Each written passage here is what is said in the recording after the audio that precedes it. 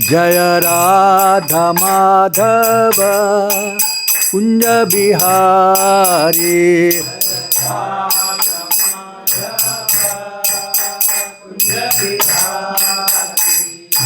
गोपी जन वल्लभ गिरिवरधारी।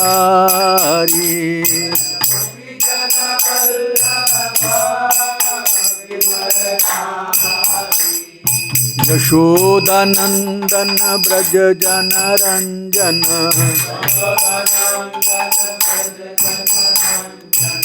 यशोदानंदन ब्रज जन रंजन।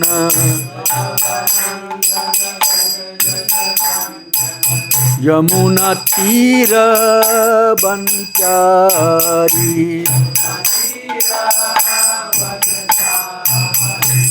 जय राधा माधव कुंज बिहारी।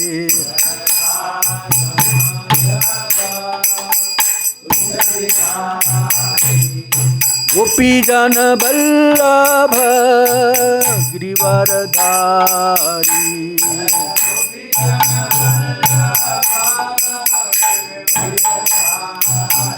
जय गोपी जन वल्लभ गिरिवरधारी।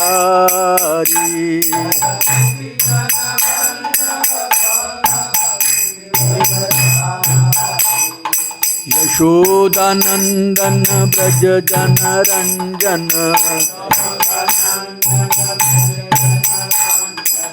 यशोदानंदन ब्रज जन रंजन।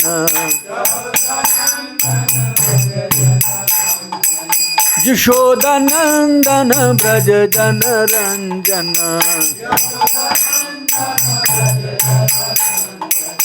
यमुना तीर बनचारी। हरे कृष्णा कृष्णा कृष्णा हरे हरे। हरे राम राम राम हरे हरे।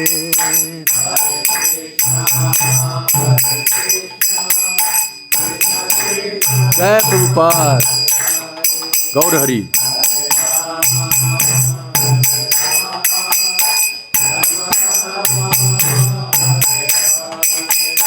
हरे कृष्णा कृष्णा कृष्णा हरे हरे। हरे राम राम राम हरे हरे।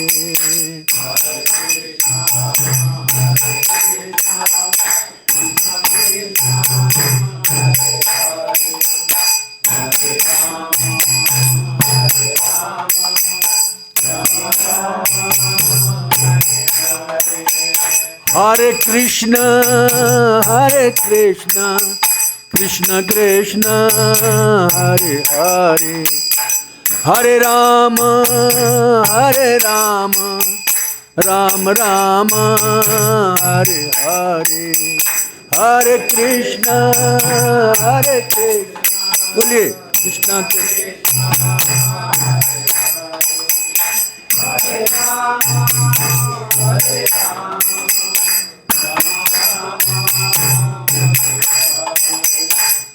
नमो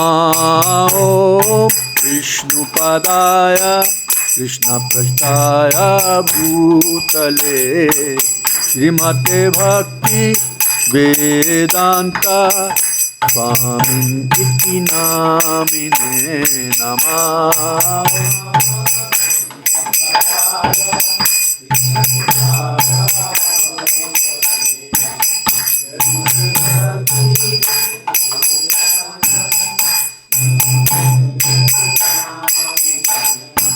नमस्ते सरस्वती देवे गौरवाणी प्रचारिणे निरविशेष शून्यवादी पाश्चात्य देशतारिणे।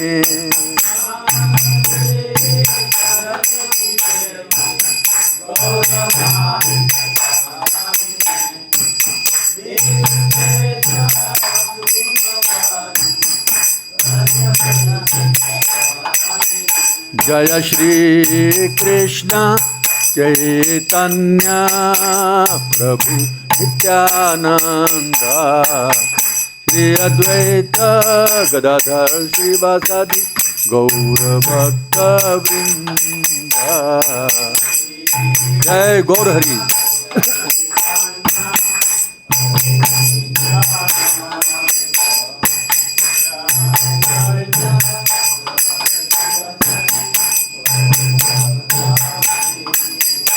जय श्री कृष्ण चैतन्य प्रभु नित्यानंद श्री अद्वैत गदाधर श्रीवासादि भक्त वृंद।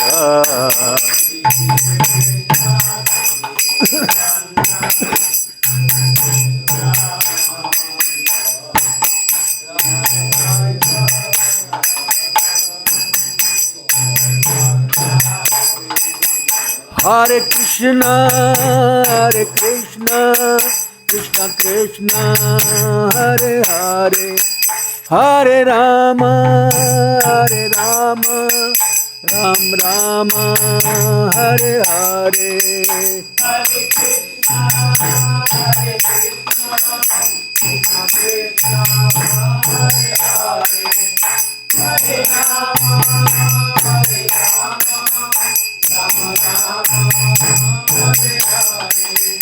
हरे कृष्ण कृष्ण कृष्ण हरे हरे, हरे राम राम राम हरे हरे। हरे कृष्ण कृष्ण कृष्ण हरे हरे, हरे राम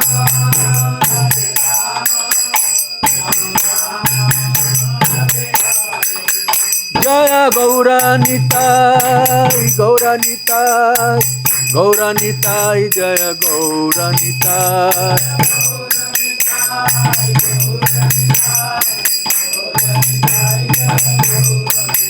जय राधा पार्थ सारथी, राधा पार्थ सारथी राधे।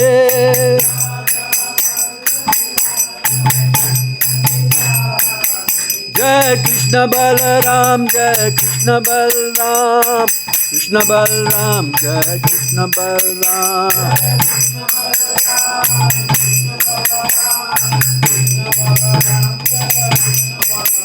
जय राधा श्याम सुंदर, राधा श्याम सुंदर राधे।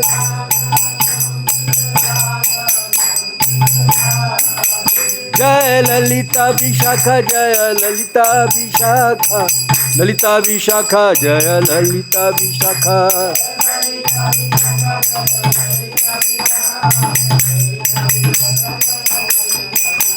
जय जय प्रभुपाद प्रभुपाद प्रभुपाद प्रभुपाद।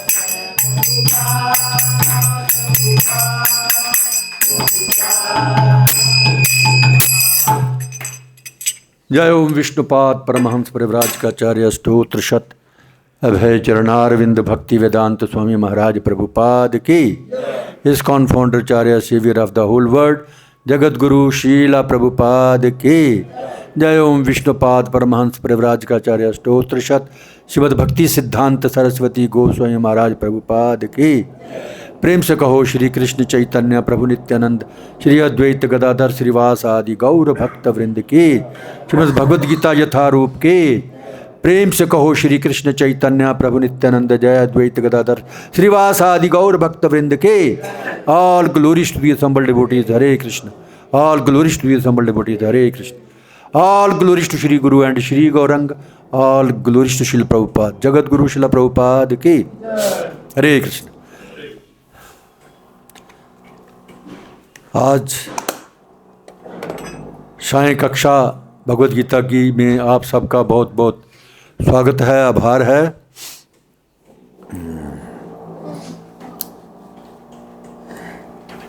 ओम नमो भगवते वासुदेवाय। ओम नमो भगवते वासुदेवाय। ओम नमो भगवते वासुदेवाय। ओम अज्ञानतिमिरन्धस्य ज्ञानञ्जनशलाकया चक्षुरुन्मिलितं येन तस्मै श्रीगुरुवे नमः। श्रीचैतन्यमनोऽभीष्टं स्थापितं येन भूतले स्वयं रूपकदा मह्यं ददाति स्वपदान्तिकं। वन्देऽहं श्रीगुरो श्रीयुतापदकमलं श्रीगुरून् वैष्णवांश्च श्रीरूपं साग्रजातं सहगना रघुनाथान्वितं तं सजीवं साद्वैतं सावधूतं परिजनसहितं कृष्णचैतन्यदेवं श्रीराधा कृष्णपादान् सहगना ललिता श्रीविशाखान्वितं। हे कृष्ण करुणा सिंधु दीनबंधु जगत्पते गोपेश गोपिका कांत राधा कांत नमोस्तुते। तप्त कांचन गौरांगी राधे वृंदावनेश्वरी वृषभानुसुते देवी प्रणमामि हरि।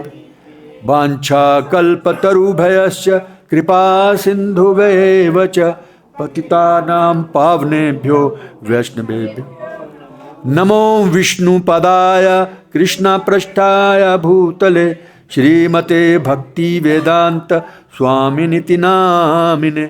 नमस्ते सारस्वती देवे गौरवाणी प्रचारिणे निर्विशेष शून्यवादी पाश्चात्य देश तारिणे।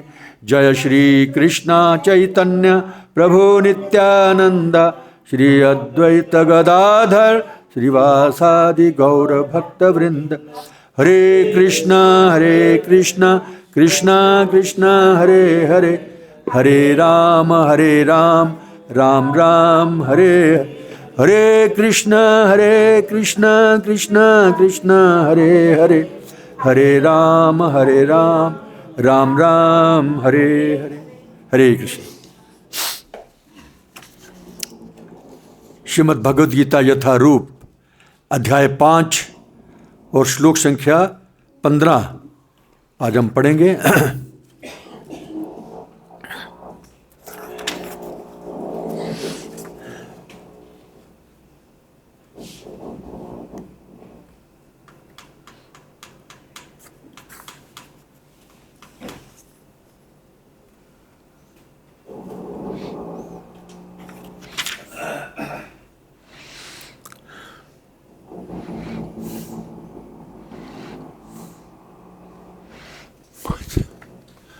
तो इस अध्याय में कृष्ण भावना भावित कर्म ये बताया गया, कर्म योग। भगवान ने अर्जुन को कहा कि हमें कर्म जो हैं वो बांधने वाले हैं। कर्म ही के कारण हम यहां पर बंधे हुए हैं, मतलब जेल में हैं। सो अर्जुन का प्रश्न है, हमारा भी प्रश्न है, फिर क्या कर्म करना छोड़ दे? कहते हाँ एक तरीका है ये भी, कर्म करना ही छोड़ दो। तो ना कर्म करेंगे ना उसका कोई फल होगा। तो क्या कोई आदमी, कोई मनुष्य ऐसा है जो बिना कर्म के रह सकता है? नहीं, कर्म करना ही पड़ता है। इस भौतिक जगत में जो सत्वगुण रजोगुण तमोगुण ये जो है प्रकृति, इनमें बंद करके हमें कर्म करने ही पड़ेंगे। हाँ, कर्म करना बंद कर दें तो हो सकता है कि हमें मुक्ति मिल जाए, लेकिन साथ ही साथ भगवान ये भी कहते हैं कि वे ये असंभव है। लेकिन यदि आप भक्ति करते हैं और भक्ति के साथ साथ भगवान के लिए कर्म करते हैं, ये सबसे बेस्ट है। वो भी अच्छा है लेकिन ये सबसे बढ़िया है कि आप भक्ति करिए और भक्ति के बीच में रहते हुए कर्म कीजिए, भगवान के लिए कर्म कीजिए। उसके लिए आपको कर्म फल नहीं भुगतने पड़ेंगे।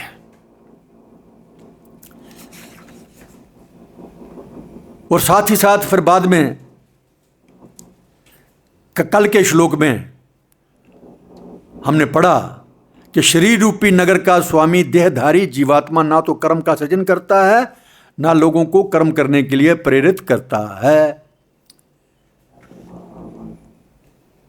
भगवान नहीं कहता है कि आप कर्म करो। एक तरफ तो कहते हैं कि भगवान की मर्जी के बिना पत्ता भी नहीं हिल सकता। आज इसका जवाब मिल जाएगा आपको।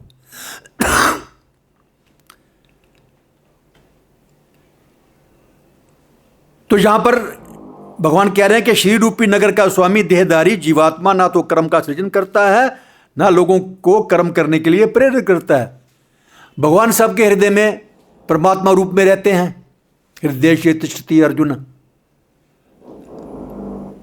वो प्रेरित नहीं करते हैं तो फिर कैसे कर्म होता है? क्योंकि इस भौतिक जगत में जो 3 जो गुण हैं, सत्वगुण, रजोगुण, तमोगुण, यही प्रेरित करते हैं हमें। किसी कारण हम आ गए इस जेल में, बंधन में पड़ गए और शुरुआत में हमारी इच्छा हुई। एक्चुअली सारा रोग जो है इच्छा का है। इच्छा करते हैं तो भगवान जो हैं वो हमारी इच्छा को पूर्ण करने के लिए मदद करते हैं। बस इतना सा है।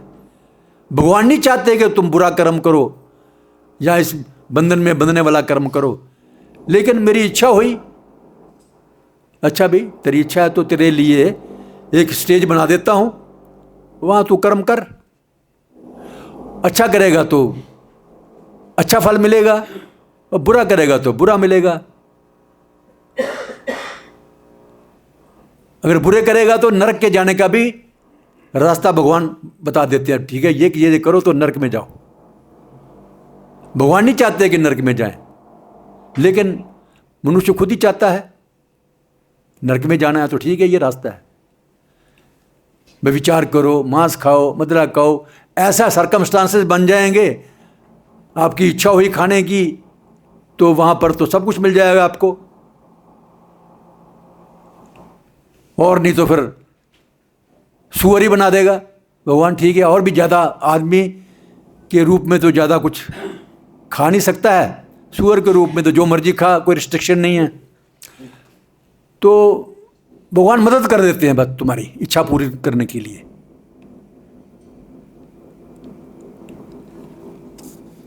और आज का श्लोक अभी हम पढ़ेंगे।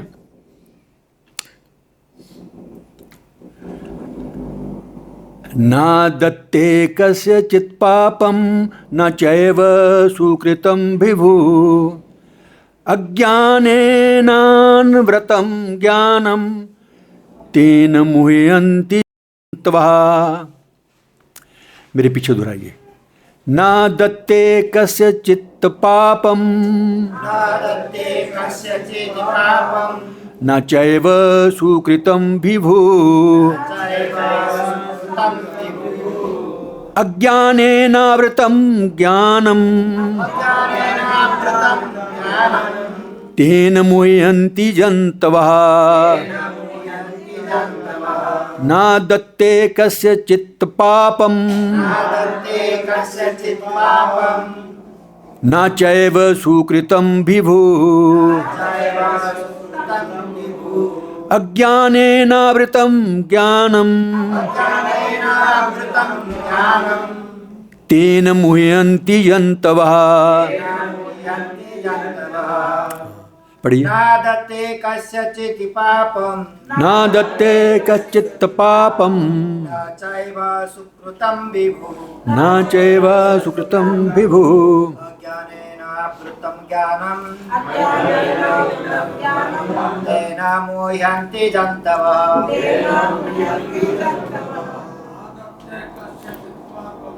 न दत्ते कच्चित् पापं न चैव सुकृतं विभु अज्ञानानवृतं ज्ञानं तेन मुह्यन्ति जन्तवः न दत्ते कस्यचित् पापं न चैव सुकृतं विभु अज्ञानेनावृतं ज्ञानं तेन मुह्यन्ति जन्तवः न दत्ते कस्यचित् पापं न चैव सुकृतं विभु ज्ञानेनावृतं ज्ञानं तेन मुह्यन्ति जन्तवः न दत्ते कस्यचित् पापं न चैव सुकृतं विभु अज्ञानेनावृतं ज्ञानं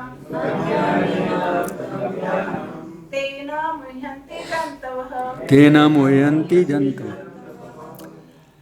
शब्दार्थ श्रील प्रभुपाद जी के द्वारा न कभी नहीं आदत्ते स्वीकार करता है कस्यचित किसी का पापम पाप न ना तो च भी एव निश्चय ही सुकृतम पुण्य को विभु परमेश्वर अज्ञानेन अज्ञान से आवृतम आच्छादित ज्ञानम ज्ञान तेन उससे मुह्यन्ति मोहग्रस्त होते हैं जंतवः जीवगण। ये भगवत गीता किसके लिए बोली है? मनुष्यों के लिए, जानवरों के लिए नहीं बोली ना, है ना। लेकिन हम सब जानवर हैं। उर्दू में जानवर बोलते हैं, संस्कृत में जंतवा, पशु भी बोलते हैं। तो भगवान यहां पर जंतवा, जंतवा मतलब पशु, पशुओं की कैटेगरी में है। लेकिन श्रेणी में जो मनुष्य है उसको रैशनल एनिमल कहा गया है अंग्रेजी में। मतलब थोड़ा सोच विचार कर सकता है, बुद्धि है इसमें, सोच विचार, बस इतना फर्क है। तो जानवर लेकिन सोच विचार कर सकता है, बुद्धि है, ये मतलब है जंतवा। तो कोई पशु कहता है हमें, जो जानवर कहता है, तो गुस्सा नहीं करना चाहिए, है ही है, भगवान ने बोला हुआ है। अनुवाद श्रील प्रभुपाद जी के द्वारा। परमेश्वर ना तो किसी के पापों को ग्रहण करता है और ना पुण्यों को, किंतु सारे देहधारी जीव उस ज्ञान के कारण मोहग्रस्त रहते हैं जो उनके वास्तविक ज्ञान को आच्छादित किए रहता है। ये डिटेल में हम पढ़ेंगे बाद में, ये पढ़ने के बाद। मेरे पीछे दोहराइए।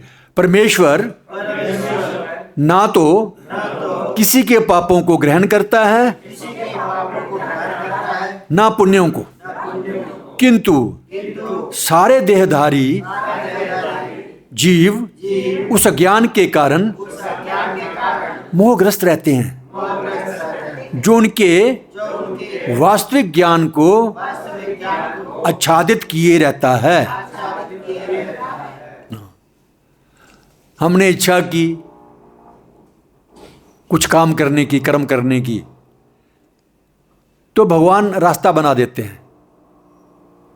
लेकिन हमारे अच्छे कर्म या बुरे कर्म का उनको कुछ लेना देना नहीं है। वो तो केवल आपकी इच्छा के अनुसार उन्होंने आपका रास्ता खुला कर दिया। ठीक है भैया, तुम पाप करना चाहता है तो पाप करो, पुण्य करना चाहता है तो पुण्य करो, और मेरी भक्ति करना चाहता है तो उसके लिए भी भगवान, तब बड़े भगवान खुश होते हैं। पाप कर्म या पुण्य कर्म करने में भगवान इतने खुश नहीं होते। लेकिन जब भगवान कृष्ण की भक्ति करना चाहते हैं हम, तो सारे रास्ते के कांटे भगवान चुन लेते हैं और हमें मौका दे देते हैं, बिल्कुल रास्ता साफ कर देते हैं। जीटी रोड, भक्ति करो खूब, कोई रुकावट नहीं आएगी। परमेश्वर ना तो किसी के पापों को ग्रहण करता है ना पुण्यों को, किंतु सारे देहधारी जीव उस अज्ञान के कारण मोहग्रस्त होते हैं जो उनके वास्तविक ज्ञान को आच्छादित किए रहता है। तात्पर्य श्रील प्रभुपाद जी के द्वारा। विभु का अर्थ है परमेश्वर, जो असीम ज्ञान, ये भगवान की डेफिनेशन भी बता दी जाने। विभु का अर्थ है परमेश्वर, जो असीम ज्ञान, धन, बल, यश, सौंदर्य तथा त्याग से युक्त है। वह सदैव आत्म तृप्त और पाप पुण्य से अविचलित रहता है। भगवान जो हमारे परमात्मा रूप में हमारे हृदय में है, पाप पुण्य से उसको कुछ लेना देना नहीं है, उससे कोई फर्क नहीं पड़ता है। और हमेशा जीव को अकेला नहीं छोड़ता, साथ में रहता है। इसलिए वो जीव की सारी इच्छाओं को समझते हैं। परमात्मा जो है जीव की सब अच्छी बुरी इच्छाओं को समझते हैं वो। लेकिन जो जीव है ना, वो पीठ करके खड़ी हो जाता है। भगवान तो सोचते रहते हैं, परमात्मा रूप में सोचते हैं कि कभी तो मेरी तरफ मुंह करे ये, लेकिन जीव जो है भगवान की तरफ पीठ करके खड़ा हो जाता है, मतलब भगवान की बात मानता नहीं है, अपनी करना चाहता है। तो यहां बताया गया है कि भगवान जो है उससे पाप पुण्य से अविचलित रहते हैं। वह किसी भी जीव के लिए विशिष्ट परिस्थिति नहीं उत्पन्न करता। ओ, इसको मैं ये परिस्थिति बना दूं ताकि ये बहुत बड़ा आदमी बन जाए। भगवान ऐसा नहीं करता, ना बुरी परिस्थिति करता है ना अच्छी परिस्थिति। वो तो आपको चुनना है। अपितु जीव अज्ञान से मोहित होकर जीवन की ऐसी परिस्थिति की कामना करता है जिसके कारण कर्म तथा फल की श्रृंखला आरंभ होती है। हम अज्ञान के कारण मोहित हो जाते हैं और ऐसी परिस्थिति की कामना करते हैं जो हमारे लिए ठीक नहीं है। बस उसी से हमारी कर्म फल की एक आए इस भौतिक जगत में। सत्वगुण रजोगुण के अंडर में किसी ना किसी एक गुण के अंडर हमने काम किया, बस वो फिर श्रृंखला शुरू हो जाती है। ये करो तो ये करो, ये करो, फिर श्रृंखला चलती रहती है कर्मों की। वो श्रृंखला कभी खत्म नहीं होती है। जीव परा प्रकृति के कारण ज्ञान से पूर्ण है। जीवात्मा जो है, जीव है, हम भी भगवान के अंश हैं ना, तो है तो हम भी सच्चिदानंद ही हैं, लेकिन थोड़ी थोड़ी मात्रा में है। भगवान तो पूरे अनलिमिटेड, और हम भगवान के अंश हैं, तो हम भी सच्चिदानंद हैं, लेकिन थोड़े थोड़े हमें भूलने की भी आदत है, या अपनी इच्छा भी पूर्ण करने की आदत कभी कभी होती है। तो भी वे अपनी सीमित शक्ति के कारण अज्ञान के वशीभूत हो जाता है। भगवान सर्वशक्तिमान है किंतु जीव नहीं है। भगवान विभु अर्थात सर्वज्ञ हैं, किंतु जीव अनु है। भगवान सब कुछ जानता है, पूरी दुनिया के बारे में, पूरे ब्रह्मांडों के बारे में, कोटि कोटि ब्रह्मांड हैं, सबके बारे में पता है। लेकिन हम केवल अपने शरीर के बारे में भी पूरा नहीं जानते, लेकिन पता चल जाता है हमें थोड़ा बहुत। पाँव में खारिश हो रही है तो एकदम पता चल जाता है, कहीं दर्द हो रही है तो एकदम पता चल जाता है, लेकिन अनु हैं हम। जीवात्मा में इच्छा करने की शक्ति है, किंतु ऐसी इच्छा की पूर्ति सर्वशक्तिमान भगवान द्वारा ही की जा सकती है। यहां प्रश्न का उत्तर आ जाता है, भगवान के मर्जी के बिना पत्ता नहीं हिलता। भगवान ने हमें गुलाम नहीं बना रखा है।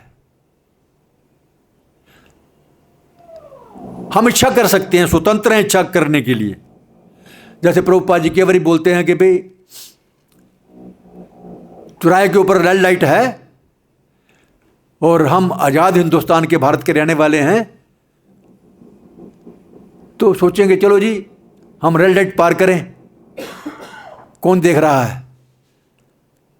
तो आजकल तो कैमरे भी लग गए हैं, तो चालान तो होगा ही होगा, है ना।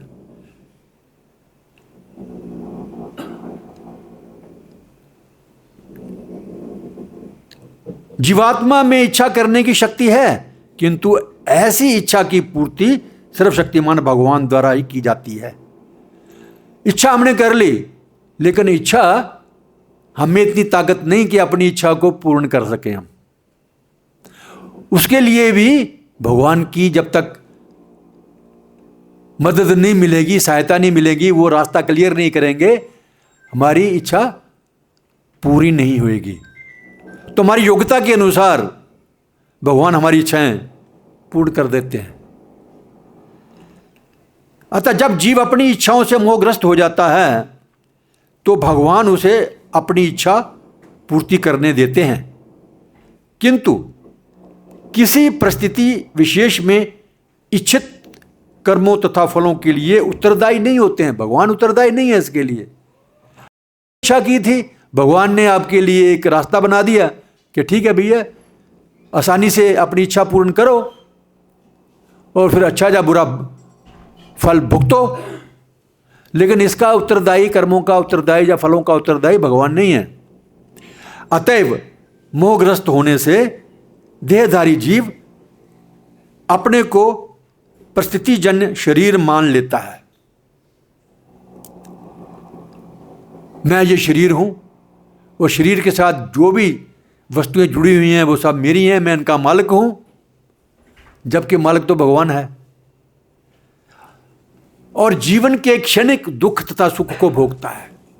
शरीर मिल गया, फिर कभी सुख कभी दुख, परमानेंट तो ये नहीं है। यहाँ पर प्रभुपाद जी बता रहे हैं कि जो सुख दुख हमें इस जीवन में भी आते हैं, परमानेंट तो नहीं है, ये क्षणिक है। जैसे दिन के बाद रात, रात के बाद दिन आता है, उसी प्रकार कभी सुख कभी दुख। हमेशा ही सारी उम्र ही दुख नहीं रहेगा और सारी उम्र सुख भी नहीं रहेगा, ऐसा नियम है।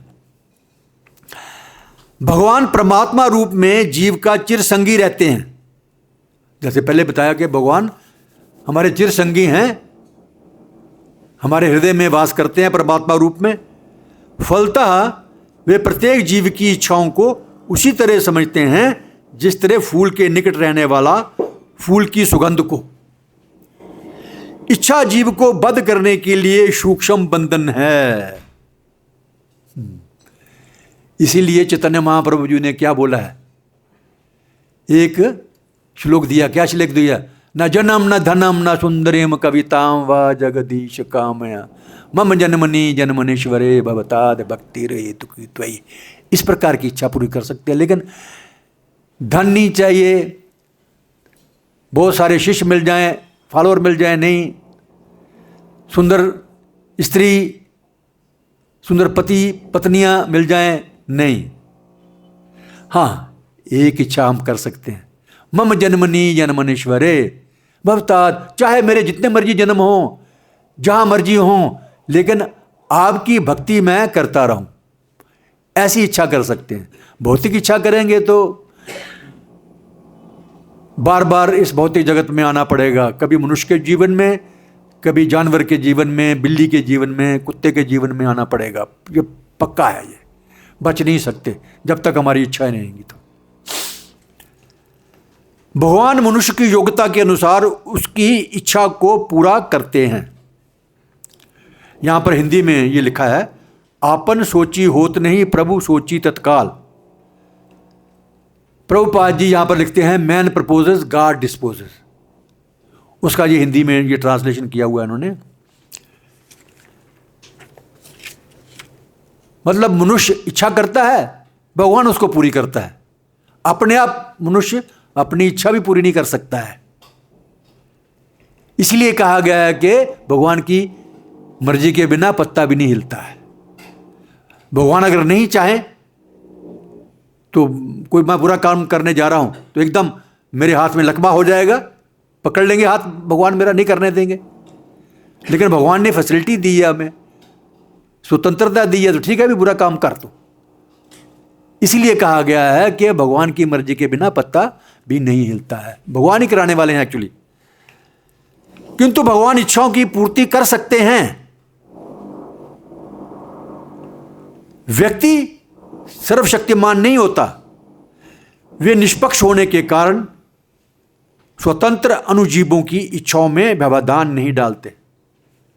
भगवान किसी का पक्ष नहीं लेते हैं, केवल अपने जो शुद्ध भक्त हैं उनका तो पक्ष ले लेते हैं।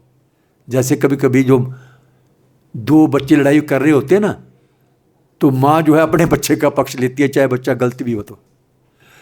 तो जो भगवान के भक्त हैं वो भी भगवान के बच्चे हैं, तो भक्तों का पक्ष भगवान ले लेते हैं, बाकी आम लोगों का वे निष्पक्ष होने के कारण, वैसे भगवान निष्पक्ष हैं, वे निष्पक्ष होने के कारण स्वतंत्र अनुजीवों की इच्छाओं में व्यवधान नहीं डालते। किंतु जब कोई कृष्ण की इच्छा करता है, ये सुनिए, लेकिन जब कोई कृष्ण की इच्छा करता है तो भगवान उसकी विशेष चिंता करते हैं, भैया इसको किस प्रकार मैं भक्त बनाऊं। तो इसलिए हमें केवल भगवान की इच्छा होनी चाहिए, इसके अलावा जब भगवान की इच्छा होगी तो उसमें सारा कुछ आ जाता है। फिर कोई दुनिया का ऐसा कोई वैभव जो है वो नहीं रहता जो भगवान के भक्तों को नहीं मिलता। किंतु जब कोई कृष्ण की इच्छा करता है तो भगवान उसकी विशेष चिंता करते हैं और उसे इस प्रकार प्रोत्साहित करते हैं कि भगवान को प्राप्त करने की उसकी इच्छा पूरी हो और वह सदैव सुखी रहे, कभी दुखी ना हो, ऐसी भगवान व्यवस्था कर देते हैं। ध्रुव महाराज ने इच्छा की थी मैं भगवान के दर्शन करूंगा। कोई लोग बोलते ना, क्या हम भगवान के दर्शन कर सकते हैं? हाँ, क्यों नहीं कर सकते, लेकिन क्वालिफिकेशन पैदा करो, योग्यता पैदा करो। ध्रुव जैसी, प्रहलाद जैसी, 6 महीने के अंदर अंदर ध्रुव महाराज को दर्शन हो गए थे भगवान के। प्रहलाद महाराज के सामने नरसिंह देव भगवान प्रकट हो गए खंबे में से। तुझे योग्यता होनी चाहिए, बिना योग्यता के तो कोई राष्ट्रपति से भी नहीं मिल सकता है। और भगवान फिर ऐसा बंदोबस्त कर देते हैं, जो भगवान की भक्ति करना चाहता है उसको भक्ति करने का रास्ता भी बताते हैं। गुरु के रूप में प्रभुपाद जी को मिला देते हैं, वो एक शुद्ध भक्त को मिला देते हैं, और कोई कठिनाई भी नहीं आएगी आपको। अतएव वैदिक मंत्र पुकार कर कहते हैं, एष ऊह्येव साधु कर्म कार्यतीतम यमेभ्यो लोकेभ्य उन्निशिते। एष ऊ एवा साधु कर्म कार्यती यमधो निनिश्यते। भगवान जीव को शुभ कर्मों में इसलिए प्रवृत्त करते हैं जिससे वह ऊपर उठे। भगवान उसे अशुभ कर्मों में इसलिए प्रवृत्त करते हैं जिससे वह नरक में जाए, क्योंकि उसकी इच्छा नरक में जाने की है, बुरे कर्म करने की है, तो बुरे कर्म करेगा, मांस खाएगा, बदला करेगा, विचार करेगा, तो नरक में जाएगा। तो भगवान उसके लिए भी बंदोबस्त कर देते हैं। ऐसे उसके साथी मिल जाएंगे, शराबी, कबाबी, जुआरी। जो शराब पीने वाले होते हैं उनके ज़्यादातर दोस्त भी शराबी कबाबी ही होते हैं। जुआ खेलने वाले के जुआरी दोस्त होते हैं, और भक्तों के जो मित्र हैं वो भक्त मिलते हैं। तो भगवान बंदोबस्त कर देते हैं ऐसा। भगवान जीव को शुभ कर्मों में इसलिए प्रवृत्त करते हैं जिससे वह थोड़ा ऊपर उठे। भगवान उसे शुभ कर्मों में इसलिए प्रवृत्त करते हैं जिससे वह नरक में जाए। अज्ञो जंतुर्नीशो अयम आत्मना सुख दुखयो ईश्वर प्रेरितो गच्छेत स्वर्गम भाष्व भ्रम एव च। जीव अपने सुख दुख में पूर्णतया आश्रित है। परमेश्वर की इच्छा से वह स्वर्ग या नरक जाता है, जिस तरह वायु के द्वारा प्रेरित बादल। अतः देहधारी जीव कृष्ण भावनामृत की उपेक्षा करने की अपनी अनादि प्रवृत्ति के कारण अपने लिए मोह उत्पन्न करता है। भगवान की भक्ति नहीं कर सकता, वो करना नहीं चाहता है। एक्चुअली कर तो सकता है, करना नहीं चाहता। हमेशा परमात्मा की तरफ पीठ कर देता है ही नहीं भगवान, या मैं ही भगवान हूं, ऐसा सोचने लगता है वो। तो ये मोह, इससे मोह पैदा होता है, अज्ञान, वो मैंने अज्ञान पैदा होता है इससे। फलस्वरूप स्वभावतः सच्चिदानंद स्वरूप होते हुए भी जीवात्मा क्या है? जीवात्मा ही सच्चिदानंद है। भगवान सच्चिदानंद है और जीवात्मा भी सच्चित आनंद है। तो ये सब होते हुए भी अपने अस्तित्व की लघुता है हम थोड़े कण रूप में लघुता के कारण भगवान के प्रति सेवा करने की अपनी स्वाभाविक स्थिति को भूल जाता है। इस तरह वह अविद्या द्वारा बंदी बना लिया जाता है। हमारी जो स्वाभाविक स्थिति है वो है जीवेर स्वरूप होए नित्य कृष्ण दास, भगवान के दास बनने की है। लेकिन हम दास नहीं बनना चाहते, हम मालिक बनना चाहते हैं। तो फिर भुगत रहे हैं, भूल जाता है भगवान को। अज्ञानवश जीव ये कहता है कि उसके भव बंधन के लिए भगवान उत्तरदायी है। हाँ, आमतौर पे हम ये भगवान ने कराया, भगवान का कसूर है, मैं तो नहीं करना चाहता था। दोष भगवान को देता, अपना दोष नहीं देखता वो। इसकी अज्ञानवश जीव ये कहता है कि उसके भव बंधन के लिए भगवान उत्तरदायी है। इसकी पुष्टि वेदांत सूत्र 2:134 भी करते हैं। वैषम्यन्नेर घृण्येन सापेक्षत्वात् तथा ही दर्श्यति। भगवान ना तो किसी के प्रति घृणा करते हैं, ना किसी को चाहते हैं, यद्यपि ऊपर से ऐसा प्रतीत होता है। भगवान तो जो टॉयलेट का कीड़ा होता है उसके अंदर भी परमात्मा रूप में है कि नहीं? और मनुष्य जो बड़ा सुंदर अपने आप को कहता है उसके अंदर भी है। तो भगवान तो किसी से ज़्यादा प्रेम भी नहीं करते, ना घृणा करते हैं, सबके लिए संभाव हैं वो। लेकिन जैसे पहले कहा प्रभुपाद जी ने कि भक्तों के प्रति वो ज़्यादा ध्यान देते हैं, भक्तों की ओर ज़्यादा ध्यान देते हैं। तो यहाँ पर प्रभुपाद जी का एक तात्पर्य पूर्ण होता है, दूसरे में और ज़्यादा हम समझते हैं। प्रभुपाद जी कहते हैं कि 3 भौतिक गुणों के हम आदी हो चुके हैं, क्योंकि पता नहीं कब के इस भौतिक जगत में रह रहे हैं। कोई इस जन्म के थोड़े हैं, पता नहीं जन्मों जन्मों से हम इस भौतिक जगत में रह रहे हैं। तो हम सत्वगुण रजोगुण तमोगुण के आदी हो गए हैं। कोई सत्वगुण के जाल में फंसा हुआ है, कोई तमोगुण के जाल में फंसा हुआ है, कोई रजोगुण के जाल में फंसा हुआ है। तो अपनी जैसी जैसी स्थिति है, जैसा जैसा हम संबंध है तीनों गुणों के साथ, उसी प्रकार का हम अपना स्वभाव बना लेते हैं और इसी प्रकार का अपना कर्म भी एक क्रिएट कर लेते हैं, कर्म भी काम भी करना शुरू करते हैं उसी प्रकार का।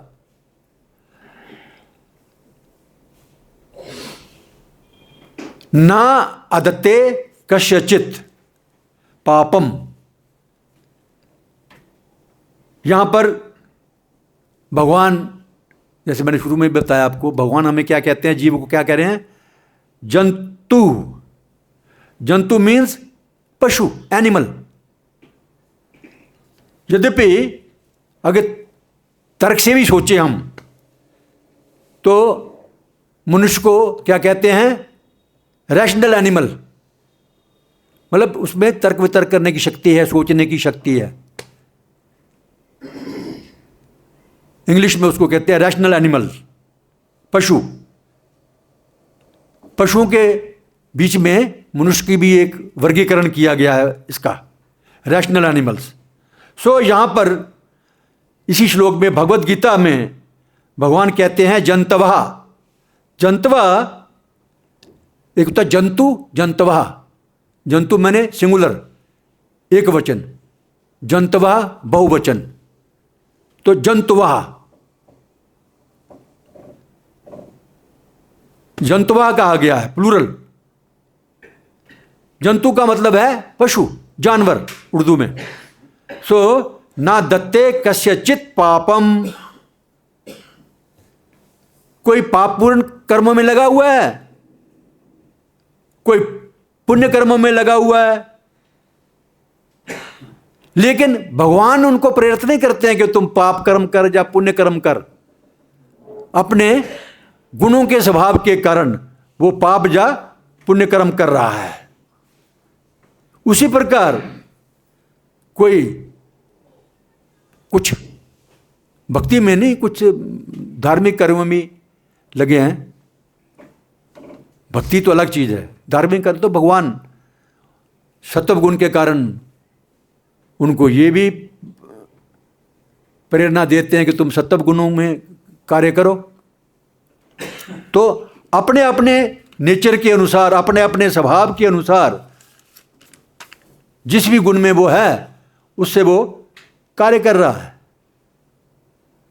कैसे? संग के कारण। हमारा संग इन 3 गुणों के साथ है जन्मों जन्मों का, आज के जन्म का नहीं, पिछले कई जन्म हमने लिए हैं। पहला जन्म थोड़ा कोई हमारा, ये कई जन्म लिए हैं। हाँ, लेकिन अगर भगवान की भक्ति में लग जाते हैं, कृष्ण भक्ति में लग जाते हैं, तो ये हमारा आखिरी जन्म भी हो सकता है। तो हमें अभी ज्यादा इंतजार नहीं करनी चाहिए। जैसे सुखदेव गोस्वामी ने महाराजा परीक्षित को जब कहा, काफी दिन हो गए, 2-4 दिन हो गए हैं, तो अभी थोड़ा सा जलपान कर लो, थोड़ा रेस्ट कर लो। तो परीक्षित महाराज क्या कहते हैं? नहीं नहीं नहीं नहीं, बहुत हो गया, बहुत जलपान कर लिया, अभी और नहीं, मतलब और सुनाओ, तुम और सुनाओ। उसी प्रकार हमें भी और जन्म नहीं लेना है, ये प्रण कर लो। वो तभी संभव है जब हम कृष्ण की भक्ति करेंगे, उसके अलावा और कोई तरीका नहीं है। अज्ञानेन आवृतम ज्ञानम तेन मुह्यन्ति जंतवः। लेकिन इस भौतिक जगत में चाहे हम कोई भी कार्य करें, वो ज्ञान ही कहलाएगा। चाहे रजोगुण में करें, तमोगुण में करें, सत्वगुण में करें, जब सब अज्ञान मोहग्रस्त होगा।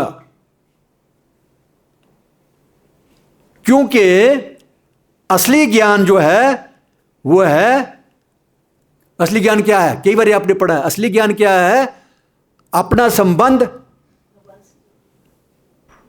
मालूम करना, भगवान के साथ हमारा क्या संबंध है, ये असली ज्ञान है। कार बना लेना, बड़ी बड़ी बिल्डिंग बना लेना, जो वैज्ञानिक लोग करते हैं, जहाज बना लेने, ये मोहित करने वाली चीजें हैं सारी। अज्ञान है एक्चुअली, इसको जो हमारे वैदिक शास्त्र है उसको अज्ञान बोलते हैं। ठीक है, इनका भी अपना महत्व है भौतिक जगत में, लेकिन असल में ये अज्ञान है, ये मोहित करने वाले हैं। असली ज्ञान जो है, भगवान के साथ मेरा क्या रिश्ता है वो स्थापित करना, ये असली ज्ञान है। असली ज्ञान और कुछ नहीं है, यही है। जब तक हम अपनी पोजीशन से ऊपर नहीं उठेंगे, तब तक अपने संबंध को नहीं जान पाएंगे कि परमेश्वर के साथ हमारा क्या संबंध है? परमेश्वर के साथ हमारा संबंध है क्या? जीवेर स्वरूप होए नित्य कृष्ण दास, हमें भगवान के दास हैं, इसके अलावा और कोई हमारा संबंध नहीं है। तब हम समझेंगे कि वाकई हम ज्ञान में हैं। जैसे आधुनिक युग में नहीं, हमेशा ही एक्चुअली रहा है, हमेशा ही, सिर्फ आधुनिक युग में भी, यहाँ अभी नहीं, हमेशा ही रहा है कि हम सबसे ज़्यादा काम कौन सा करते हैं? Economic development. चाहे वो अमेरिका में हो, चाहे वो भारतवर्ष में हो, चाहे किसी भी देश में हो, इकोनॉमिक डेवलपमेंट। इकोनॉमिक डेवलपमेंट के लिए क्या करते हैं? धर्म अर्थ काम मोक्ष, ये फिलॉसफी है। इससे भगवान के धाम में नहीं जाएंगे। इस संसार में सुखी रहने के एक तरीके बने हुए हैं, थोड़े से अच्छे काम करते हैं। धर्म मतलब ड्यूटी, धर्म मतलब ड्यूटी होती है धर्म। असली धर्म तो है सर्वधर्मान परित्यज्य माम एकम शरणम व्रज। असली धर्म ये है, सबको छोड़ छाड़ करके भगवान की भक्ति में आए। लेकिन हम क्या करते हैं? धर्म, कोई पुण्य कार्य किए, क्यों? कि हमारे पास पैसा ज़्यादा है, इकोनॉमिक डेवलपमेंट हमारी हो। फिर जब पैसा आ गया, फिर हमारी इच्छाएं पूर्ण होंगी, इससे काम इच्छाएं। वो फिर कितना इच्छाएं पूरी करोगे? अंत में जब थक जाओगे, अभी और नहीं चाहिए, मोक्ष चाहिए इनसे। ये भौतिक जगत में चलता रहता है। तो हमें ये भी एक किस्म का ज्ञान है, इकोनॉमिक डेवलपमेंट करना भी, ये भी एक किस्म का ज्ञान है। एक वैष्णव बंगाली गीत है, मैं बोल नहीं पाऊंगा वो, उसमें कहा गया है जड़ विद्या सब मायर वैभव। जड़ विद्या का अर्थ है भौतिक एडवांसमेंट ऑफ नॉलेज, भौतिक तरक्की उन्नति का ज्ञान जो है, ये जड़ विद्या है। ये सब हमें मोहग्रस्त करने वाली हैं। वैसे भौतिक तरक्की हुई क्या है बताओ? पहले गरीब से गरीब घर में भी बर्तन मिलते थे, किस चीज़ के? पीतल के बर्तन होते थे, गरीब से गरीब घर में भी। और जो मिडिल क्लास के लोग हैं, उनके घर में चांदी के बर्तन भी होते थे, हमारे घरों में भी थे। और जो बहुत बड़े टाटा अंबानी वगैरह, उनके सोने के भी होंगे। बीच में फिर कांसे के बर्तन आ गए, उसके बाद वो एल्युमिनियम के बर्तन आए, जो कि बिल्कुल निकम्मे, उसमें टीवी हो जाती है उसमें खाने से, कुकर उसी के बनते हैं। इतने डिग्रेड हो गए हम, ये तरक्की की, हमने तरक्की कर दी। और उसके बाद कहते जी विज्ञान ने ये किया, एटम बम बना दिया। एटम बम बनाया क्यों? मारने के लिए। मरना तो वैसे ही मरना है, तुमने क्या फालतू किया? तो ये वैज्ञानिक तरक्की है, उन्नति है, ये सब ज्ञान है। कुछ वर्ष पहले तक, अभी बहुत पहले तो बहुत बात हो जाएगी, हमारे ज़माने में जहाँ हम छोटे से थे, बच्चे 5-6 साल के, तो किसी को भी पूछते थे तो सब भगवान पर विश्वास करते थे, भगवान है, हाँ है। लेकिन जो तरक्की करते गए, विज्ञान तरक्की करता गया, मेरे घर में एसी आ गया, कार आ गई, बड़ी बढ़िया बिल्डिंग बन गई, सब कुछ घर में हो गया। पहले कुछ लोग जो अमीर लोग थे, गर्मी में दिल्ली से पहाड़ों में जाते थे, मंसूरी, दार्जिलिंग, शिमला। अभी क्या जरूरत है, घर में ही शिमला बना लेते हैं। तो ये सब इल्यूजन है, ज्ञान है ये, इसको हम असली ज्ञान नहीं बोलेंगे। यदि ठीक है, एक प्रश्न है, अगर विज्ञान ने इतना कुछ हासिल कर लिया है, तो आज से कुछ साल पहले, चलो 1000 साल पहले या 700 साल पहले या 500 साल पहले, मृत्यु थी? हाँ थी। तो अभी भी है। विज्ञान ने क्या किया?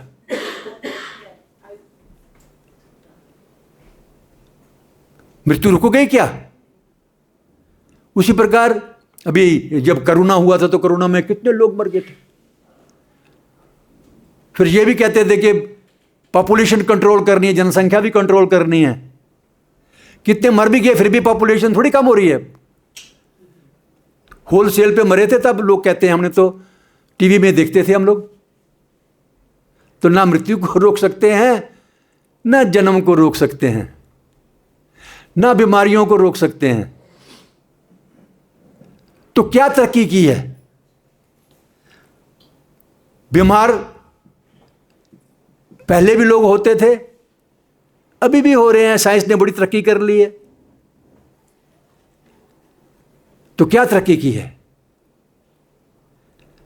तब है ना मजा कि तुम जन्म मृत्यु जरा व्याधि जो समस्याएं हैं, मुख्य समस्याएं हैं हमारी, उसको सॉल्व कर दो ना। ठीक है, वैज्ञानिक लोग कहते हैं भगवान नहीं है। कभी कभी ज्यादा कुछ जो प्रकृति दिखाती है ना अपना कारनामा, तब मानते हैं हाँ भगवान से प्रार्थना करो, भगवान से प्रार्थना करो कि हमारा स्पेसशिप जो है ऊपर गया हुआ है वो आराम से नीचे आ जाए, कोई आदमी मरे ना। एक दफा मर गए थे ना बहुत सारे लोग ऊपर, तो सारे दोषों को उन्होंने कहा था कि भगवान से प्रार्थना करो। तब कभी कभी अदरवाइज भगवान को मानते नहीं। और आम पब्लिक भी जो है वो तो भगवान को मानते नहीं है। जो असली ज्ञान है उसको तो मानते नहीं है, और जो भौतिक ज्ञान है उसको ही सब कुछ मानते हैं। यही सबसे बड़ा भ्रम है। इसी से हम लोग मोहग्रस्त हैं। अज्ञान आवृतम, इस प्रकार की उन्नति एक प्रकार का मोह है।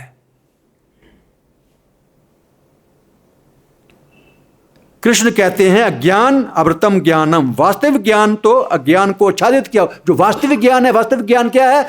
मैं भगवान का दास हूं, भगवान मेरे स्वामी हैं, और मुझे किसी कारणवश मैं इस भौतिक जगत में आ गया हूं। इस भौतिक जगत से मोक्ष प्राप्त करके, छूट करके मुझे वापस back home, back to God एड जाना है। ये असली ज्ञान है। लेकिन इसको तो इस विज्ञान ने आच्छादित कर दिया है। इसी को मोहग्रस्त कहते हैं। यही आज के श्लोक में भगवान ने बताया है। हरे कृष्णा, हरि बोल।